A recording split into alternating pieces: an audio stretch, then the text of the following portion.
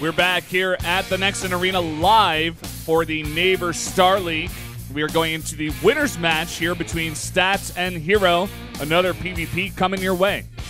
We are indeed, Valdez, and we are going to be starting things off on merry-go-round. Going to spice things up, mix things up. Bit of a crazy map for the PvP. Yep, haven't seen this one yet tonight. Not a very popular map for Protoss in general because it is so hard to get a third base. It is a very open map. And, I mean, if you're going to try and get a third base like herO did against Life, against the Zerg, it might not actually happen. That might be the one map where Life comes through and cancels that third base. Yep, not surprising we saw herO actually ban it out when he was going up against Life, but here does not get banned. Actually interested to see which maps do get banned as we get on a bit here through the CGs. Just got to look at herO here stats on the left side. Part of KT Rolster. Did defeat herO 3-2 when they played in their last individual lead. So carrying that victory in, granted it was about 3 months ago now, Valdez. Maybe a little too long ago to count. Well, still happened. That is true. But here are the map bans and picks. We do have Nimbus and Overgrowth banned by Stats, and Deadwing and Catalina banned here by herO. So wants to ban out those big maps. So we are going to see that merry-go-round King Sejong and Foxtrot. Okay. So the only map kind of differing from the other PvP was the merry-go-round pip. Yeah. Overgrowth being swapped out for that one. Stats deciding to ban that instead of merry-go-round. Yeah, I wonder what these players have planned for it. I mean, merry-go-round also very popular in the proxy sort of tech. Can do a pretty close-by proxy Stargate if they get the position for it. Yeah, you can. A lot of different nooks and crannies on the map to proxy a lot of different things. Or will we see a pretty standard PvP? Our first one was explosive. This one's our second of the night. We're going into match number 3 here. The winner's match. Set number 1 on merry-go-round. Stats versus herO.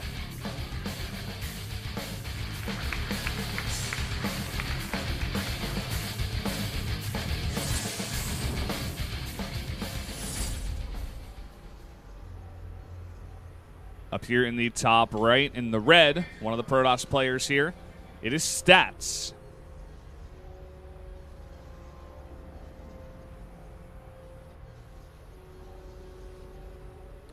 Here at the 6 o'clock position, CJ herO defeating Life 2-0 in the last match. Looking fantastic today. On point. But how is his PvP, Valdez, is what I want to know. That's the big question. We saw actually that it was his worst matchup in recent times in terms of results. And from my recent memory as well, it does feel that way. You know, he's doing so well against Zerg. He's really good against Terran as well. He shuts both races down. And he was actually 9-1 against Terran and 8-2 against Zerg in recent 10 matches. But his Protoss PvP was 4-6. Yeah, I feel like the Protosses of career are a lot more consistent than any other race. And we have seen like a lot of top Protosses, especially from last year, do so well, like Zest and Stats and Classic. All these guys have all done so well for themselves. So it's always been really steep competition in this mirror match.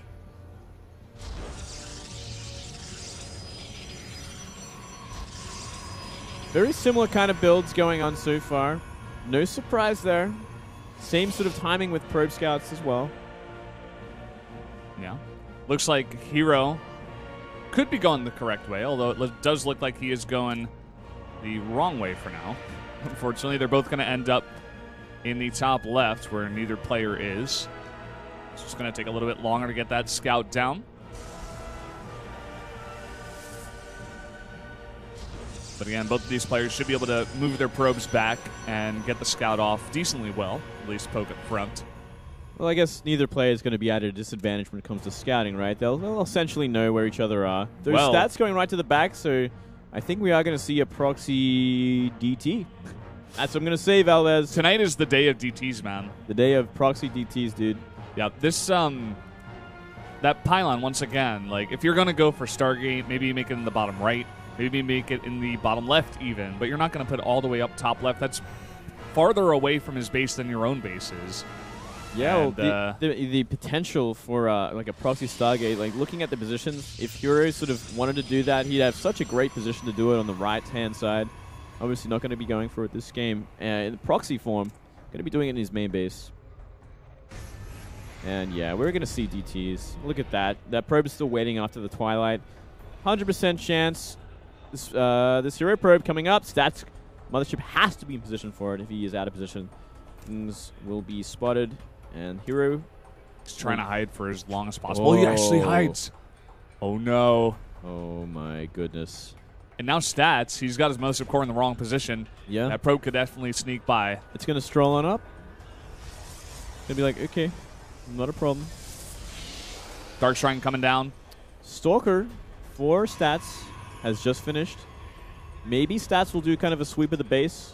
Or actually, it looks like he's getting in position for a Stargate. Very smartly. And there's that DT Shrine going up. So we are going to see a very similar game to the recent games we did see Stats versus Classic. Will herO survive this DT timing? herO now coming in with the Oracle, the first one that he's made. He's going straight to the main base. But like you said before, he's kind of ready. Oh. This probe is actually here to shut down this Nexus. He's putting on a pylon. He's added 2 extra gates. He's going to put on the aggression from here. We are seeing herO go for the Twilight Council follow-up as well. So he has no intention of getting any detection anytime soon, apart from this Oracle, which is going to remain alive for now. Does Stats have a forward pylon? For now, it looks like that's a probe. Okay, it's beginning its forward pylon here. That Dark Shrine is about to come down here as well. I think herO may have realized something. He realizes that there is simply not enough pylons in the main base. So he might have just realized in time that something is awry, and he needs to send that Oracle home. Using Envision already, though there is no DT just yet. Oh, perfect timing though. DT is going to be running up in the ramp to herO's base. So wow, really nice read from herO. Obviously watching those last games. Down goes the DT for nothing. Not even getting much of a full scout of the base. I mean, it does see the fact that there is no Nexus. And he knows that herO is trying to go aggressive off the back of this and cancel that Nexus. And it's getting really low. He's actually going to get it. Wow. So everything is being completely denied. herO is in amazing form. And the other part of this as well is that he actually had no sentry, and the Mothership's photon cannon was down. But it looks like herO for now is just going to put down a Nexus. Yeah. And pretty much just completely staying with the Oracle for detection for now. Not afraid of any extra DTs coming in, or that the Oracle just simply might not have enough detecting ability. I mean, he has enough for another Envision if a DT came in. But still, you know, it's kind of it's pushing it, man. Making a robo facility now, finally. There we go. Do you see Stats? It looks like he wants to go for another Nexus here. A bit unfortunate. He does have a faster blink, but he's just pretty far behind us. He's not really going to be able to utilize it much, as herO's just going to be at home defending.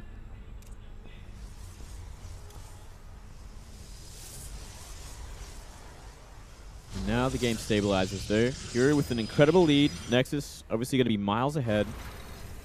And see no Forge building just yet, but I feel like it's going to be moments away. Once he gets an Observer out and begins Immortal production. There we go. We see 3 sentries made here by Stats. Ooh, if he got that... Oh, no. He could get that now. That is actually such a huge commitment to sentries. That's 300 gas. And in the PvP matchup, that's a lot of gas. It is a lot of gas, but I guess it's kind of essential at this point because he has to be pretty defensive in this situation. And once he has Immortals out as well, it's going to really be a great addition to the army. Force Fields, Immortals. Go hand in hand.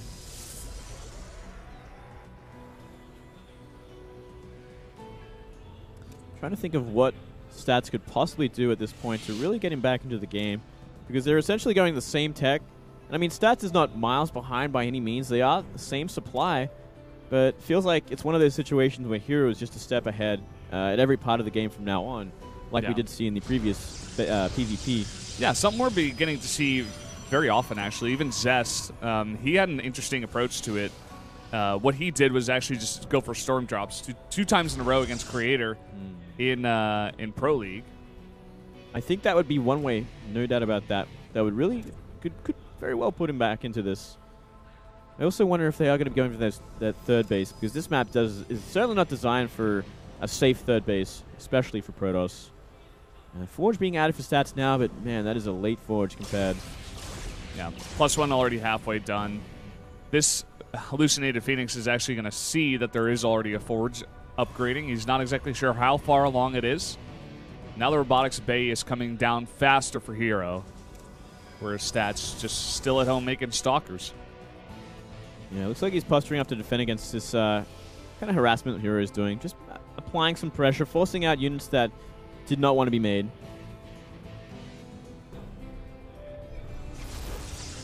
Huh.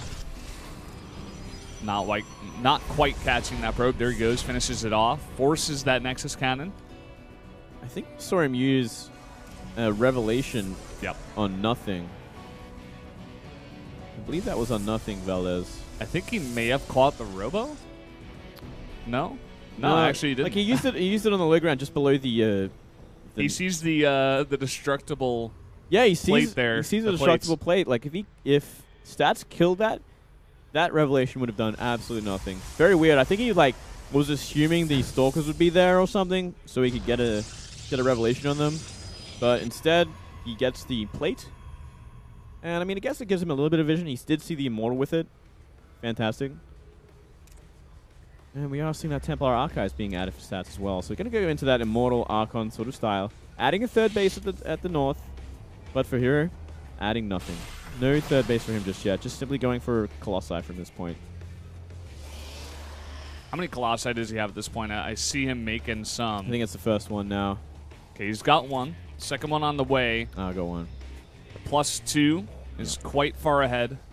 And now he's going to get the scout on that third base. And he may just want to go for an attack on +2, possibly. I think that'll be the plan, unless he wants to simply go for it. I mean, he does have the tech advantage with this Colossi. As long as he has a good position, he can do a lot with it.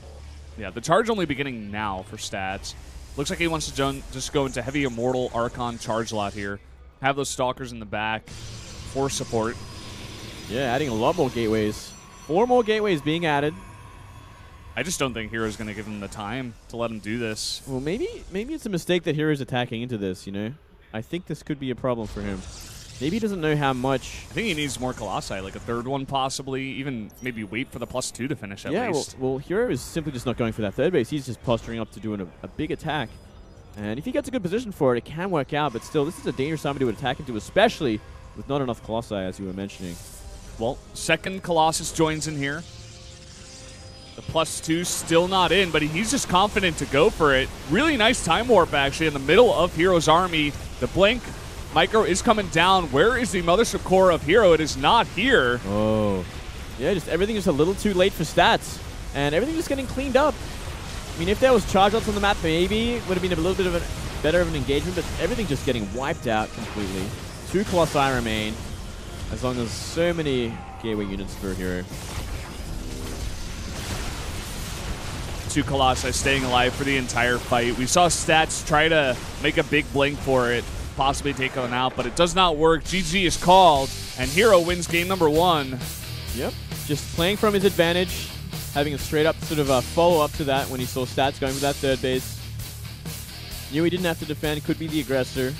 Yeah. Had the tech, upgrade, composition advantage. I think Stats just knew he was behind. He wanted to take a greedy third base to try to catch up, go for a more mobile army, maybe take a big fight out in the middle of the map.